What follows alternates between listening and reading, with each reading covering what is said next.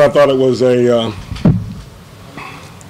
tale of two halves for us. I didn't think we played real well in the first half. We were just kind of out of sync, and maybe I gave the guys too many things to do defensively or whatever. But we just kind of hung in there in the first half, and we were close enough that we could still see them. As opposed to the other night against Syracuse, we kind of got down in that last 3 or 4 minutes and gave a really good team a great working margin. The second half, I thought we were really, really good. I thought the key to the second half and really the rest of the game was the guys just kept believing that if we keep doing what we do, we're going to have a real good chance to win. And certainly when it got to the 6-minute mark, that's something that we really emphasized, and they really felt confident that we could win the game. Had a number of guys play well. The other night against Syracuse, you only have one and a half guys play well. It's hard to beat a good team. We had so many guys play well, 4, 5, 6 guys. Obviously, Brandon's bounce back performance was big. I thought Cleve was big because he struggled so much during the game, and then he made some plays for us down the stretch. Worrell, the job that he did defensively on Gibbs for so much of the game. Dorrell started the second half and giving us some post presence defensively. I thought he was great. Moses Morgan hit some big shots for us, playing both the 4 and the 3 position. So many guys, made plays and played well, particularly in the second half. That gave us an opportunity to pull it out. Coach, that play when Brandon scored a 3-point play at the end, it seemed like everybody just ran away from him and just one-on-one with that guy. A lot of space there. Well, you saw that was kind of a carbon copy of 4 or 5 drives that he had, and I thought he got fouled on 2 or 3 of them, and he came away with nothing. This time he went strong and got fouled and scored, and so that was nice to see that he kept attacking, even though he came up dry. In fact, 1 or 2 before that he thought he got fouled, and he got a little demonstrative down there, and so it was good to see him just to continue. First of all, to bounce back from a subpar game, and then second of all, there were times tonight, I'm sure, that there was, it would be easy to be frustrated against a physical team, and he missed some shots that he normally would make going to the basket, but he just kept attacking.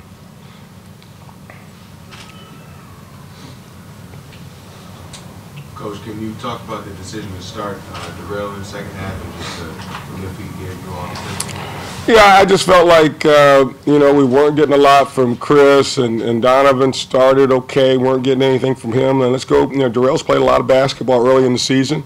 He's been practicing well. He came in the other night against Syracuse, did a couple of things. Let's go with him. And because he will give us a physical presence. He may foul a little bit in there and that kind of thing, but we needed that. And he fouled a couple guys, but he blocked a couple shots, and I thought he was terrific in there. Was there anything X's and O's wise that changed with Cleveland from the first to the second half, or was it just? No, he was just rushing it. He was rushing it. I thought he was kind of playing early like a freshman, like he would play last year, just rushing a little bit. And he was a little more patient in the second half and slowed things down a bit. We ran some plays for him down on the block, and I think he probably only hit 1 or 2 jump shots from outside. But we just tried to get him on the block, and he just sooner or later he's going to make shots in there.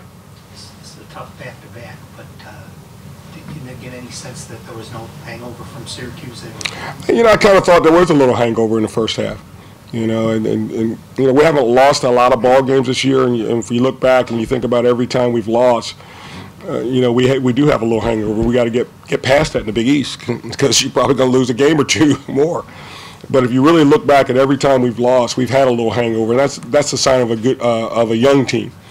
And we've got to kind of get past that and understand that the key to winning in this league is, and the key to being successful is how you bounce back, because everybody's going to get knocked down. So I thought we had a little hangover in the first half. What does this mean? What does this win mean to you? It's a lot earlier than your first big conference win last year over a top-ranked coach. What does it mean to you? Well, I think that anytime that you're looking to turn a program around, it's not real hard. I mean, it's not real complicated what you have to do. You get 2 or 3 good recruiting classes, and you grow them up with positive experiences. The positive experience part's the hard part, because that's what this is tonight. It's a positive experience. We win. After losing to #1 Syracuse, we bounce back, we win. We go out and talk to the students yesterday. They all show up. They get into it. They rush to court. That's a positive experience for a young program and young players. And the more of those kinds of things that you get, they start to expect them. And when you expect something, that's confidence. And confidence is that's part of learning how to win. So it is important from that standpoint. Oliver, from 6 minutes in till 1 minute in, during that 5-minute stretch. At the end? Yes. What do you think the most critical play was? Oh, geez. Well, obviously the last play, the 3-point play, that was the most critical play, because we're going to the basket down 2. If he missed, in fact, Cleve had a shot to tie just prior to that. We ran a great play, got the ball to him 5 feet from the basket, and he missed. So, that was a play of the game for us at that point. It didn't go so well. And then Brandon comes down. They missed a free throw. And did they miss 2 or 1? Did they miss 2? Missed 2. So now we're coming down 2 with a chance to tie. Brandon knows exactly, because he asked me before, do you need a 3? I said, well, you could or not, depending on the score. So he knows exactly that we need a 2, and he goes to the basket and gets fouled. So we could still be playing in overtime if he doesn't get fouled. And he makes it. So, the 3-point play the old-fashioned way to give us the lead, because really the game was over at that point. They shoot and miss and foul us with 4, whatever it is, and the game was over at that point. What was the circumstances of you talking to the students yesterday? Well, let's see, we went to, actually the night before, we went out to the dorms. The kids just came back, went out to the dorms and delivered pizzas and all over the dorm, every dorm, all of our players, and talked to the students and told them, welcome back, we appreciate them, we need you, and together we can move forward in the Big East. That was 2 days ago, and then yesterday we had a pep rally. Our marketing people, and of course, Jeannie heads all this stuff up. This is all a plan by Jeannie, and our marketing people had a pep rally for us. Our band was there, our dance team, and both Doug and I were there with both our teams, and we talked about how much we need them and how important they've been to Doug, over the last several years, and all those things. So it was neat. I thought there was a real connection, and I just told the guys that if they feel a part of you and you feel a part of them, we can do a lot more things together. Is it fair to say this was a statement win for you and for your team?